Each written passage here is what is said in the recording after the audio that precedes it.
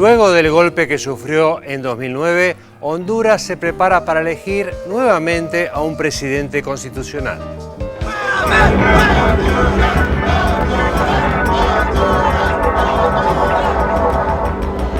Con dos claros candidatos, Honduras se prepara para votar un nuevo presidente el 24 de noviembre.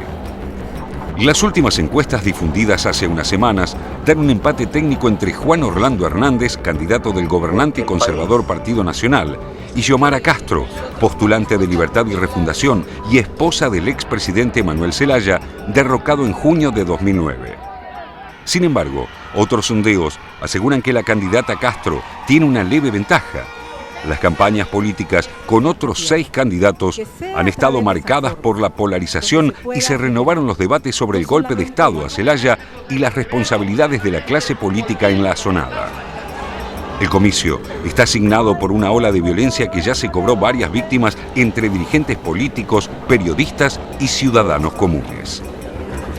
La intensa criminalidad deja a diario una veintena de muertos, según organismos de derechos humanos e internacionales que sitúan a Honduras como una de las naciones más violentas del mundo. En las elecciones de este año, por primera vez, participarán 9 partidos, de los que 2 se han aliado para la candidatura presidencial. El acuerdo electoral fue confirmado por el Partido Unificación Democrática y el Frente Amplio Popular en Resistencia, que llevan como candidato a Andrés Pavón, presidente del Comité para la Defensa de los Derechos Humanos. El candidato del Partido Liberal, también conservador, es Mauricio Villeda. Los otros partidos que participan son el Demócrata Cristiano de Honduras con Orle Solís, Innovación y Unidad Social Demócrata que propone a Jorge Aguilar, el Partido Anticorrupción con la postulación del presentador de televisión Salvador Nasralla y Alianza Patriótica Hondureña que propone al ex jefe del Estado Mayor de las Fuerzas Armadas, Romeo Vázquez.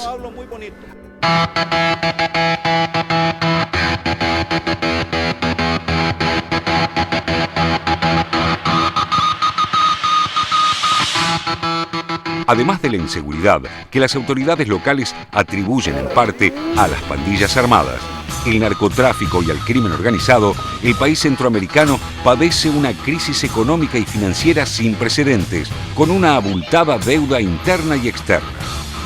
Según los organismos nacionales y el Banco Mundial, la pobreza alcanza a más del 70% de la población. Son casi 6 millones de pobres, de los cuales 4 millones viven en la pobreza extrema. Y se estima que la tasa de analfabetismo de mayores de 15 años es del 14,6%. El domingo 24 votarán 5.300.000 hondureños de un total de 8,5 millones de habitantes. Elegirán un presidente, 3 designados presidenciales o vicepresidentes, 298 alcaldías municipales, 128 diputados al Parlamento local y 20 al Parlamento Centroamericano, el Parlacén. La sombra del golpe de Estado a Zelaya, apoyado por los Estados Unidos, quedó instalada en la campaña tras el gobierno de Porfirio Lobo, que no logró mejorar las cifras de pobreza ni los índices de violencia, a pesar de que el país creció con un leve 3% en actividad económica. Según el Banco Mundial, Honduras experimentó una recuperación moderada, impulsada por inversiones públicas, exportaciones y altos ingresos por remesas. La participación de Estados Unidos en el golpe de Estado fue denunciada por casi todos los jefes de Estado de América Latina, por lo que la activa participación en la campaña de la actual embajadora de ese país en Tegucigalpa resulta alarmante. Lisa Kubitschek cuestionó la falta de claridad en la procedencia de los fondos que financia la campaña actual y habló del narcotráfico en la etapa proselitista, incursionando de manera temeraria en la carrera presidencial. Del otro lado, la candidata Xiomara Castro surge de una fuerza política nacida en junio de 2011 en torno al Frente Nacional de Resistencia Popular, la agrupación que replicó como pudo el golpe de Estado a Zelaya y armó la resistencia ciudadana. La realización de una Asamblea Nacional Constituyente que sirva para redactar una nueva Constitución es el corazón de su propuesta. Hace 4 años, una medida similar fue abortada por un golpe de Estado. muy interesante el proceso electoral en Honduras. Por supuesto que nosotros en Visión City Internacional acompañamos todo lo que fue el proceso del golpe de Estado en contra de Manuel Zelaya, y un equipo incluso del canal viajó también a Honduras. Pero digo, muy particular el proceso porque por un lado está la mujer del depuesto presidente, por el otro lado está un militar que depuso al presidente como candidato a la presidencia, sí, Romeo Vázquez. Por el otro lado está el tema de la Asamblea Constituyente, que en su momento, cuando Manuel Zelaya quiso consultar a la población si quería una cuarta urna para discutir solamente el tema de la Asamblea Constituyente, vuelve de la mano de Xiomara Castro diciendo: lo primero que vamos a hacer es una Asamblea Constituyente, ya no consultar con una cuarta urna, sino hacerla. Y por otra parte, se mencionaba también en el informe la intervención de Estados Unidos en el 2009 y ahora. Es asombroso, si uno sigue la campaña electoral, cómo está jugando la embajadora de los Estados Unidos en Honduras prácticamente todos los días, no solamente opinando sobre la transparencia del proceso electoral, sino que le preguntaron a quién tenían que votar. En una entrevista en un diario hondureño le preguntaron por quién tenían que votar los hondureños. Y ella dijo claramente: los que están a favor del mercado, los que están a favor de la transparencia, de la apertura de capitales. Solo le faltaba que dijera cualquiera menos Xiomara Castro. Claro. E incluso el máximo de las cosas que yo vi, que la verdad no vi en ningún otro lugar, instituyeron un premio a través de un cómic, un superhéroe llamando a votar, un premio abierto para que los hondureños dibujaran un superhéroe de un cómic llamando a la gente a votar. O sea, desde Estados Unidos están alentando a la gente a que vote, pero que no nos equivoquemos, que el resultado sea el que ellos quieren, porque la embajadora lo dijo claramente: depende del gobierno que surja, será la relación que tenga Estados Unidos. No, no le damos ningún premio. Hace mucho que la verdad yo no veía cómo Estados Unidos jugaba tan fuerte una campaña electoral. Bueno, lo ha hecho en Bolivia también con toda claridad, hasta que Evo echó a su embajador, ¿no? Claro, recordemos que hacía exactamente lo mismo. Rocha. Exactamente. Manuel Rocha. Y sí, es muy importante. Mira, a veces es paradójico como aquellos países que nosotros le damos menos importancia o que aparecen menos en los medios, como el caso de Honduras, en realidad son los más importantes para Estados Unidos. Estados Unidos tiene una base, que es la base de Soto Cano, en Palmarola, que se considera un portaaviones terrestre, de tal importancia que tiene. Bueno, tuvo una importancia fabulosa cuando fue toda la lucha contra insurgentes de los años 80, en contra del sandinismo. Pero ya en los documentos más nuevos del Pentágono, aquellos que proyectan qué va a ser el Pentágono hasta el 2018, aparece, cuando es el capítulo vinculado al Comando Sur, aparece esta base como la base de vanguardia donde pueden bajar los aviones de guerra C-5 día y noche y actuar en cualquier clima y en cualquier condición. Es además un centro de entrenamiento importantísimo para estas famosas misiones humanitarias, lo digo entre comillas, porque sabemos que detrás de estas misiones humanitarias en realidad lo que hay es una injerencia militar de Estados Unidos, centro de entrenamiento para desastres naturales, centro de entrenamiento para el tema antinarcóticos, y todo lo que tenga que ver con injerencia militar norteamericana. Ahí mismo, en esa base, está asentada la Fuerza de Tarea Bravo. Y recordemos que cuando fue el golpe contra Zelaya, que lo sacaron en la madrugada de la cama, lo llevaron a esa base. Antes de llevarlo a acostar, una escala técnica entre militares, entre marines norteamericanos, en la base de Soto Cano. Y quería recordar finalmente, los antecedentes del golpe de Zelaya tienen relación también la base. Un tema fue la cuarta urna, como vos decías, pero otro tema es que en Honduras el aeropuerto de Tocontín, de Tegucigalpa, es uno de los más peligrosos de la América Latina. Y la idea de Zelaya era trasladarlo a Soto Cano, nada menos que a Soto Cano. Esto, según Zelaya, lo dijo posteriormente Lula, había sido con el acuerdo de la Casa Blanca. Ahora bien, ni bien se lo dice públicamente, que esto sucedió un mes y pico antes del golpe, los medios empezaron a atacarlo muchísimo, de que Zelaya lo hacía porque él no había nacido en la capital y quería perjudicar la capital, que cómo iba a poder ser esto, que iba a ser un gasto inútil. A los pocos días, el embajador de Estados Unidos, en ese momento se llamaba Charles Ford, salió a decir que era imposible que se mudara el aeropuerto por cuestiones técnicas. Y como si esto fuera poco, 20 días antes del golpe llegó el famoso John Negroponte, un halcón republicano que de hecho estuvo en la época más pesada, más dura de la violación de los derechos humanos en Honduras. Como embajador. Como embajador norteamericano. Llegó Negroponte y se entrevistó con todos los que después fueron los actores del golpe. Es decir, con Vázquez, con Michelini, con todos los Micheletti, ¿no? Micheletti.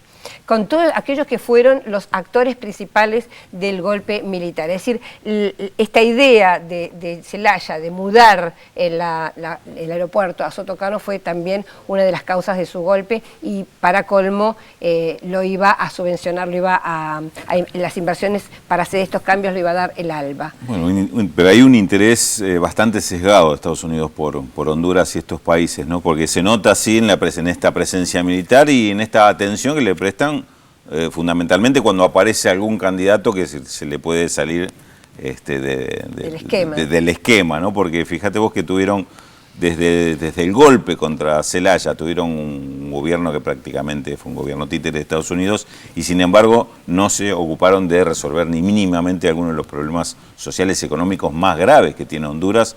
Estábamos viendo en el informe de una tasa de pobreza del 70%, índices de analfabetismo casi inigualables para el resto de los países de la región. Ahí hay una despreocupación absoluta por un proyecto de desarrollo y un proyecto que mínimamente empiece a resolver algunas cuestiones que inclusive le podría haber dado algún rédito electoral que hoy evidentemente no puede tenerlo a partir de esa situación de extrema pobreza, de extrema necesidad de gran parte de la población. Digamos, también en ese aspecto, digamos, este imperialismo de Estados Unidos es inclusive hasta bastante diferente y bastante más descuidado que el imperialismo de otras épocas, donde por lo menos tenían su proyecto de desarrollo dependiente, pero generaban un espacio de... Es que en nuestra región, por eso yo ponía antes el caso de Colombia y México, en nuestra región es todo lo contrario, justamente aquellos países que más necesitan, por ejemplo el caso de Colombia, que es un país fundamental para Estados Unidos, el caso de México, ni hablar, justamente son países donde hay un enorme índice de desestabilización, de crímenes, de pobreza, es decir, todo lo contrario, necesitan, pareciera que necesitan escenarios de enorme inestabilidad, de pobreza, de analfabetismo, para justamente llevar adelante esas políticas. Ahora te agrego un dato, porque América Central es como el patio trasero dentro del patio trasero, o vendría a ser el patio cercano a Estados Unidos. Y me parece que Estados Unidos entiende muy bien todos estos procesos de integración que conversábamos antes con Constanza Moreira, la precandidata al Frente Amplio, porque trabaja justamente para evitar esos procesos de integración. Y uno de ellos es el comunicacional, porque Honduras para América del Sur, o América Central para América del Sur, casi que también es un patio trasero en lo informativo. Recordemos que al avión de retorno de Manuel Zelaya se subieron solamente Rafael Correa y Cristina Fernández, que Lula en su momento no se subió, como que no hubiera una conciencia de la importancia de lo que implicaba la destitución de Manuel Zelaya, tal vez porque en América del Sur se mira poco hacia América Central, se mira poco hacia el Caribe, entonces no se sigue de cerca ese proceso electoral. Tomemos en cuenta que... Bueno, los medios de comunicación nuestros nos informan de cualquier cosa, menos de la región. Es que justamente... La mayoría, salvo nosotros. Salvo nosotros. Y además tomemos en cuenta que el año que viene hay elecciones en El Salvador a principio de año, y en Costa Rica, y un gobierno progresista en Honduras, otro progresista en El Salvador, y otro progresista en Nicaragua, con todas las diferencias entre ellos, también cambia un poco el panorama centroamericano. Y ahí cerquita está Cuba. Si uno proyecta los cambios regionales y los cambios que se han dado en el mundo en los últimos 20 años, evidentemente estos países de Centroamérica han quedado desenganchados de todo. Han quedado desenganchados de los procesos de recuperación, de integración que se han dado en Sudamérica. Han quedado desenganchados de eso que trataba de señalar antes, el tema de una dependencia que le redundara en algún beneficio propio, como esa dependencia de Estados Unidos. De Centroamérica, ¿no? Claro, exacto, pero evidentemente no le está dando los resultados que en materia de inclusión social serían por lo menos la base mínima de acuerdo para estos sectores, digamos.